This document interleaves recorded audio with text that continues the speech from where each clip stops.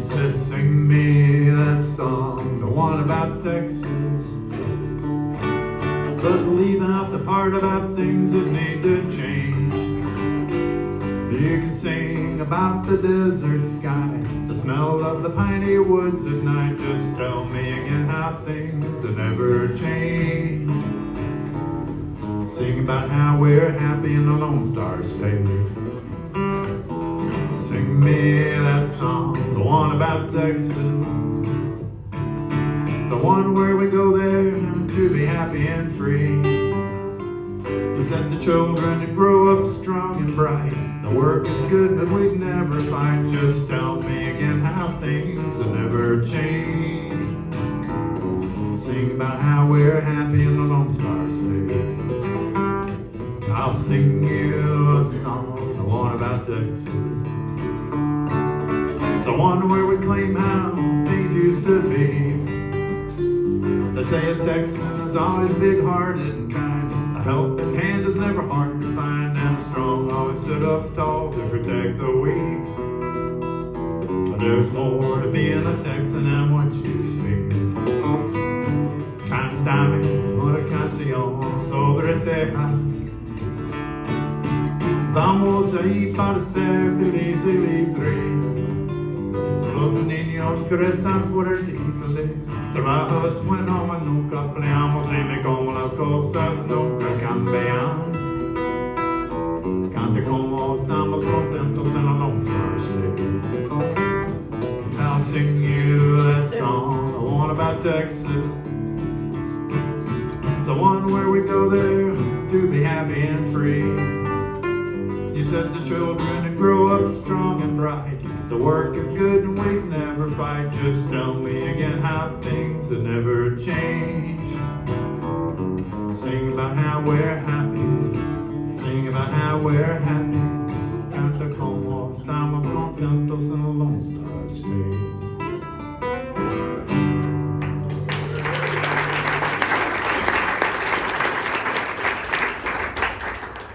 Thank you so very much.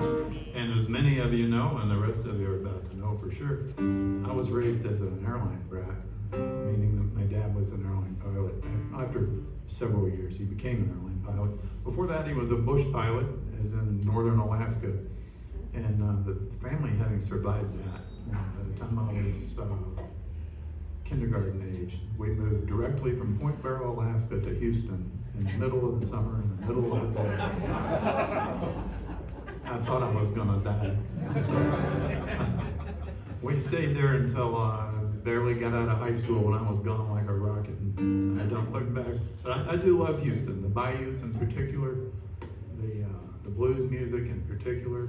Lightnin' Hopkins was a regular hangout at the places I could sneak into as a teenager. So a lot of these licks that I play, those are Lightnin' Hopkins licks. It's not ZZ Top. They stole it from the same place I did. I had a certain affection for the Bayou City. But one other thing I would mention, that this song is it's a toss-up between which would be the better place, in Los Angeles alone or Houston with you. And this guy loves her so much, he would even be in Houston with her. Then perfectly fine on his own in Los Angeles with a job. Not a direct personal thing, it's not biographical, it's a good concept. Been to Houston much, you know what I'm... Oh, that being said, when I say in LA alone, half the audience, you need to all be in on this, half the audience is gonna sing not in LA alone. It's the backup part of the chorus, it's on the record. They're all gonna sing it, so you might as well know. If I say something and not in LA alone, then you say not in LA alone, it'll sound good.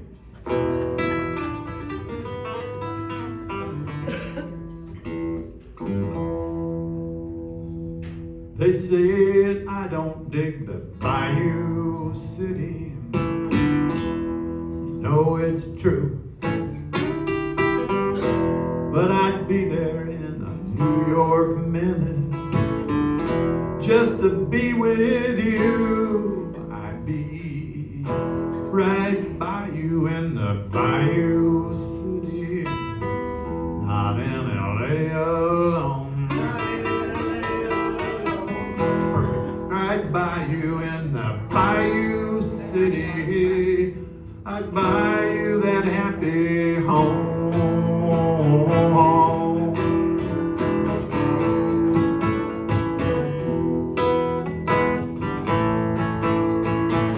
Traffic jams, crime, cop bugs, and flooding ain't too much for me. You know one thing I can't stand is that high humidity, but I'd be right by you in the Bayou City, not in LA alone. Right by you in the Bayou City, I'd buy you that happy home.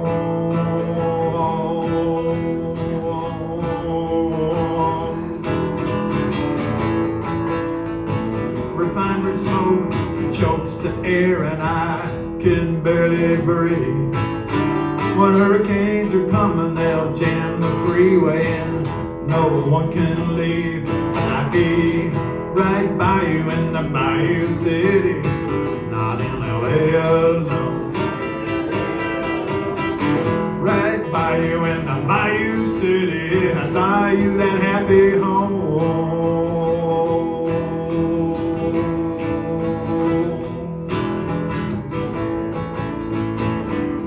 Potholes bigger than a Subaru, trash up in the trees. The cops chase each other cause they think it's fun instead of carjackers, muggers, and thieves. But I'd be right by you in that Bayou City, not in LA alone. Right by you in the Bayou City, we'd buy that happy home.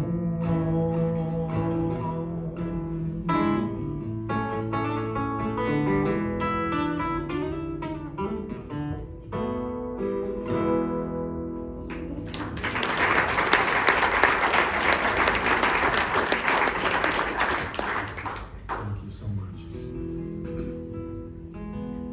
Well, as luck would have it, this sort of thing tends to run in families. My dad having been a pilot, and there being pilots in the family back before World War II. During it, that didn't work out too well. But then after that even, and had an uncle that was an airline pilot at the same place my dad was. And I didn't know that you could grow up and be something other than airline pilot. I thought it was A, B, job, pilot. And somebody could have told me there were other things I could do. But many of you know me as a machinist and tool maker, those two over there in particular. Some of you know me as a Bayou Rat, and they're not here tonight. But others know me as a pilot and a flight instructor and a Southwest guy, Learjet guy before that. And one thing that's a function of being in the transportation industry is that you're always gone. It doesn't matter where you are, there's somewhere you're not. And it's usually home. So this is a song about not being home. And rain, middle of the night, that's one. It's called Rain at Night.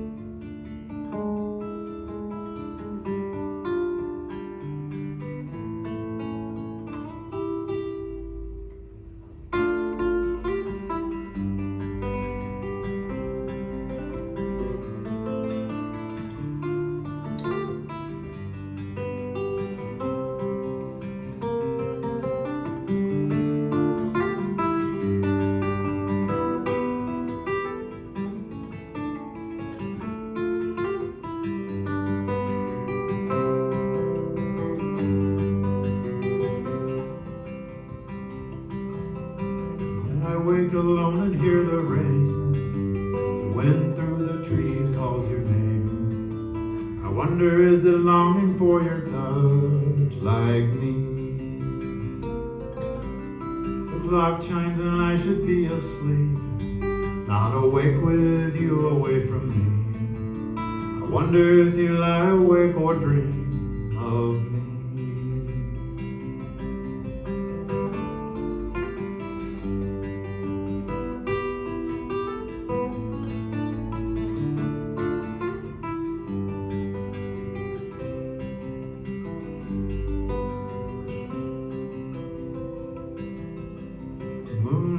Bright through quiet clouds, to the wind I whisper right out loud, wishing for the day you're coming home to me.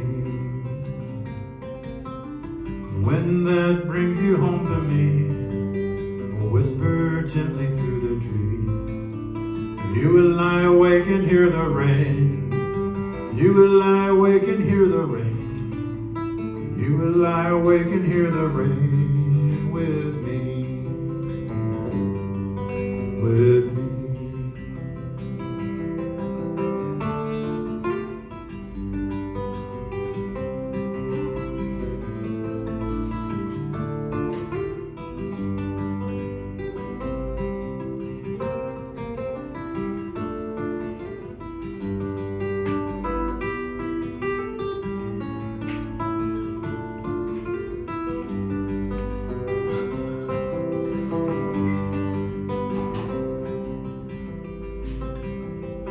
I wake alone and hear the rain. The wind through the trees calls your name. I wonder if you lie awake or dream of me. The wind that brings you home to me will whisper gently through the trees. You can lie awake and hear the rain. You will lie awake and hear the rain. You will lie awake and hear the rain with me. With me.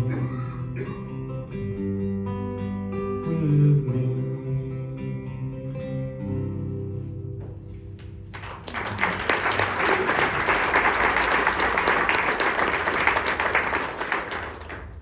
Thank you so very much.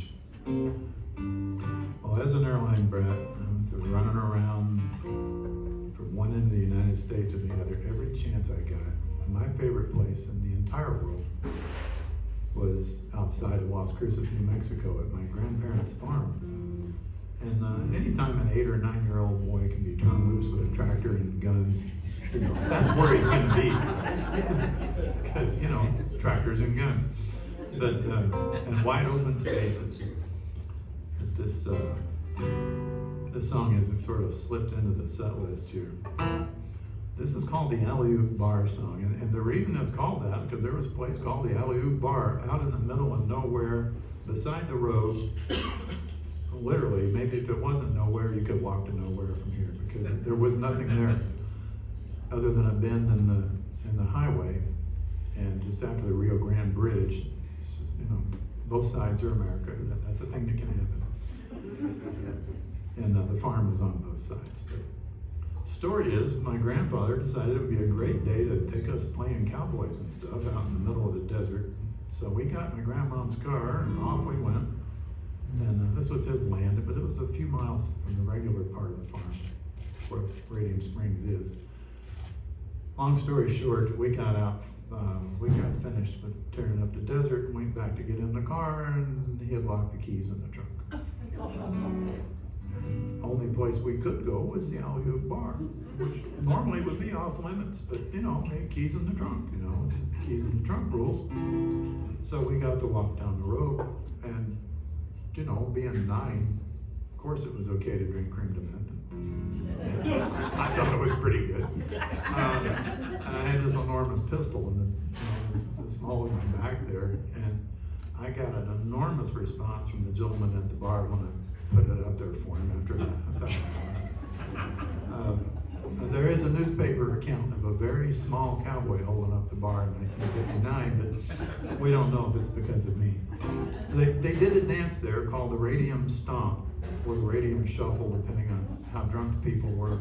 It's kind of a fandango sort of a thing. And where they got dance partners at 3 o'clock in the afternoon, I don't know. My grandfather tried to get my grandmother to come get us.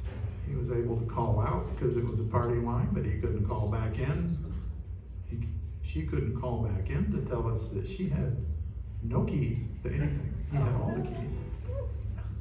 So when she showed up about an hour later on a Ford tractor, the one, this was not a happy woman. And when she found a drunk 9-year-old, she was even, she was beyond herself with glee. So this song sounds a little off balance. It's from the perspective of an inebriated 9-year-old.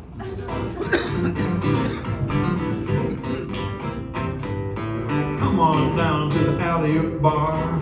Chances are it ain't too far. It's out of sight, it's out of state. Closes early but it opens late. There's a big bend in the road, so you'll need to go real slow. Or you might drive through the alley-oop bar. Alley-oop, oop, oop, oop. Alley-oop, oop, oop, oop. Alley-oop. Well, it's long been the local and a sin where the children drink. Cream to mint that won't stunt your growth. Boy, you're already tall. You can't get germs from alcohol. The Roadrunner clock is the latest thing. Phone calls out, but it never rings. So come on down and get drunk, do the radium strong.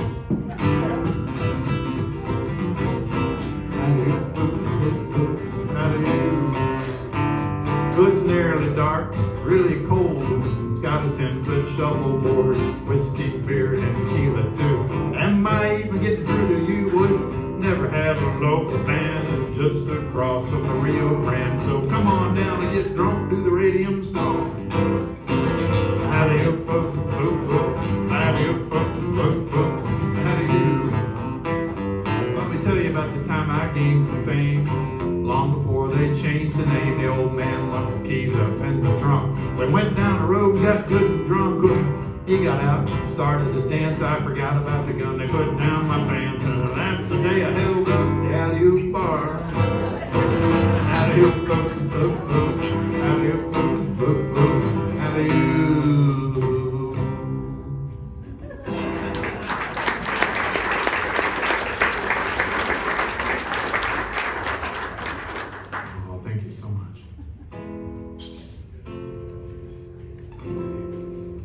This next song I'm going to do is an instrumental.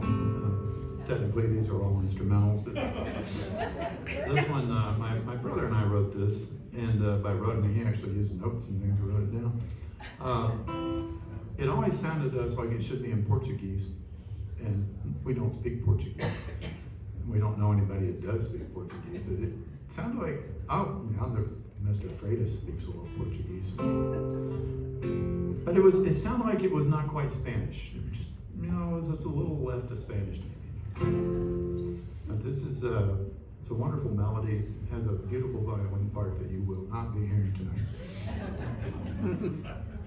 I could play it for you, but then the guitar would be tacit. So this is better. This is called Dolorosa.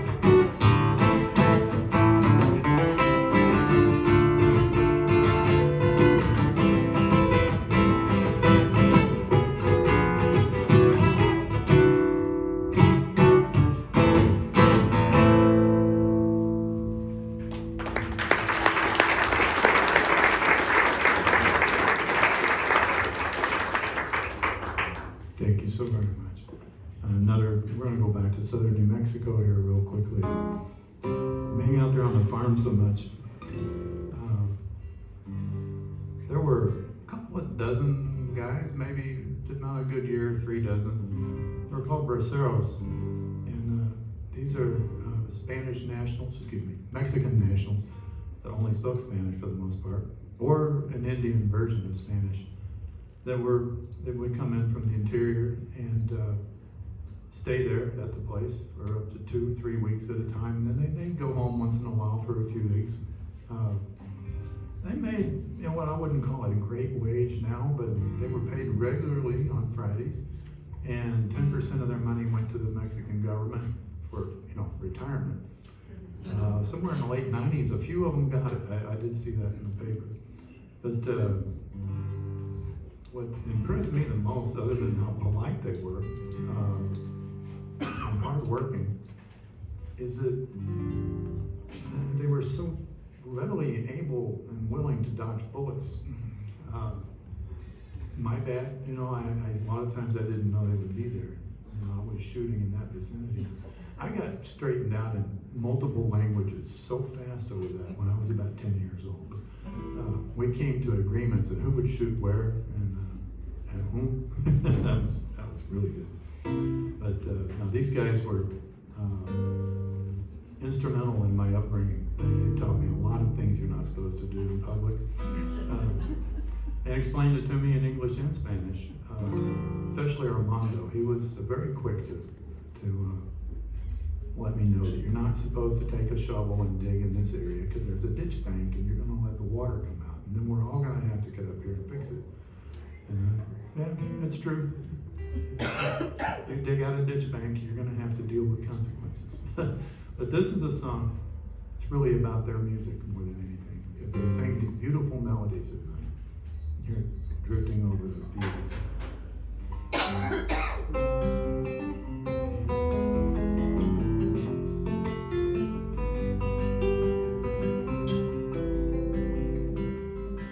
Silhouette black mountains slowly start to fade.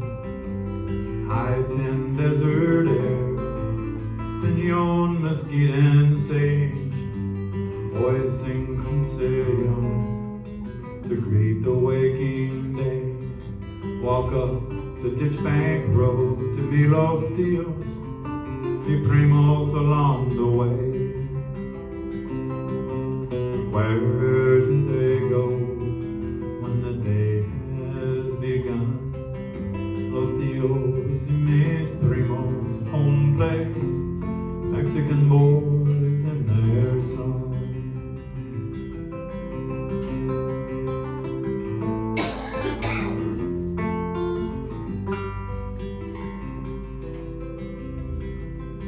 The sun gently lays the valleys burdened down. Uncles and cousins ride the ditch bank road back home. Mexican boys sing a broken corazon. Songs of lost love, songs of longing for their home. Where do they go when the shadows grow long? Los Tios y mis primos, home place, Mexican boys and their song.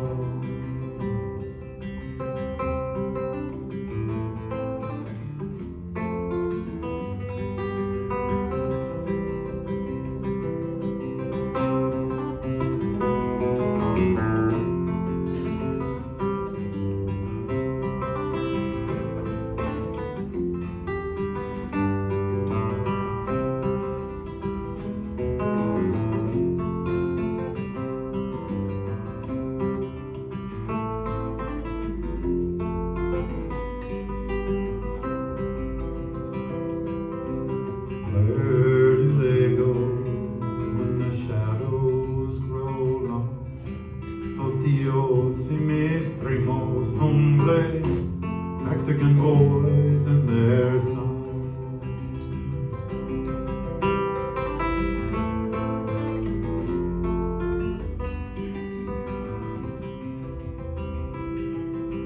Well, pump engines drone, lightning streaks across the sky.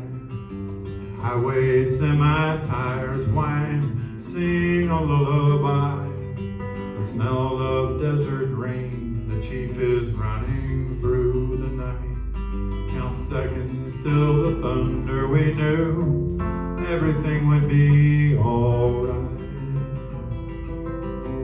Where do they go when storms come at night? The Santa Fe's big engines and knowing everything could be alright. Los Tios y mis primos, home place, Mexican boys and their songs.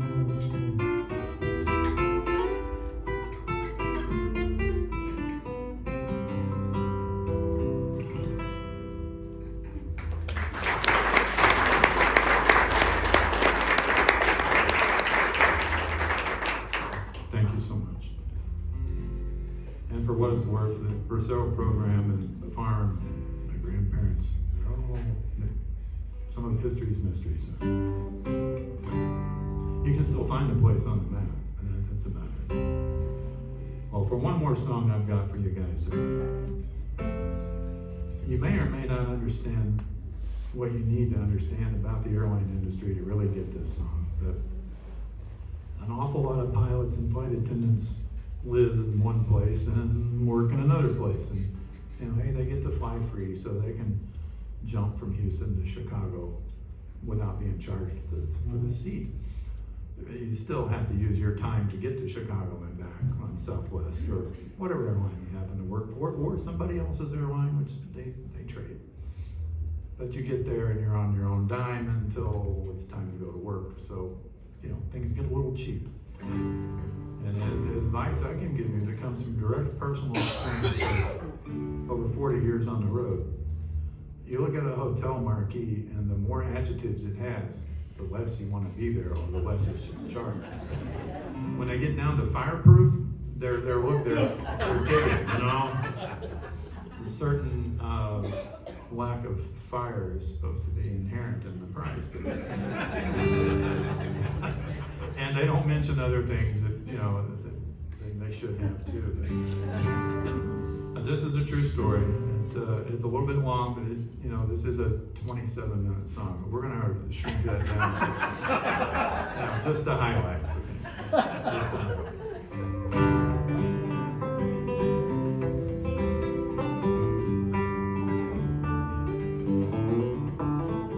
Well, this true story I'm gonna tell you about. The fireproof Tangiers Hotel was on the south side of Chicago, 1995. I was a pilot there trying to get some rest while the local talent were doing their best to see who among us might not retire alive. Then a couple in the room next to me started procreating vigorously with the wall shaking, waking me up. I could not sleep. I decided I'd go just across the street to Pindo's Family Diner to eat, when around the corner came half the cops in town. They rolled up on me and wanted ID. I told them, guys, I'm just here to eat, and I always leave my wallet in the hotel room. When I reached back to show them my hotel key, I look up and they were pointing 6 guns at me. By that I mean 4 Glocks and 2 45s. So I'm out there in the parking lot, talking down to Chicago cops for dang near an hour till they let me go on my way. I was so happy just to be alive. All I could eat was a pile of fries. I threw a 20 on the table and headed back the other way. There was a full moon rising when I crossed the street. I see 5 guys you do not want to meet, baggy pants and red sneakers, standing where I needed to be. Gangsters. So I walked up and said, hey, you got a light? It's great that we're all out of jail tonight. We smoked half a pack of cigarettes. I headed back the other way. There was a couple in a Lincoln in the parking lot, and they were giving all they got, fogging up the windows, but the little footprints were clear. I only went out to get something to eat, and I wasn't looking to find me a front row seat to Sodom or Gomorrah. Then here come the cops again.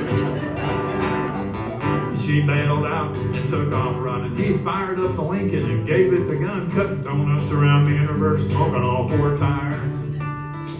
Well, the cops just stood and watched the scene, but then the best piece of driving since Steve McQueen, he crashed backwards to the alley through a room full of washing machines. So they're out there in the parking lot, running around like Chicago cops, yelling on the radio, getting in each other's way. She walked up and said, "Hey, do you want a date?" I had to tell her, "No, it's a little late for dinner and a movie, but thanks a lot anyway." About the time she got to the street, here comes that Lincoln with the fold-down seats, and she jumped through the window, Dukes of Hazzard style. They were gone like a rocket towards Cicero. Where they ended up, God only knows, but I was glad to have him and that Lincoln out of my life. Well, the cops made noise till 4:45. I laid there awake, glad to be alive, when the couple in the next room started a whole new chorus. I shook a lamp off my table after half an hour. I got myself up, shaved and showered, got the uniform on, thinking maybe I could sleep on the plane. Come back again next week, do it all again. Thank you so very much, everybody. You're a wonderful audience.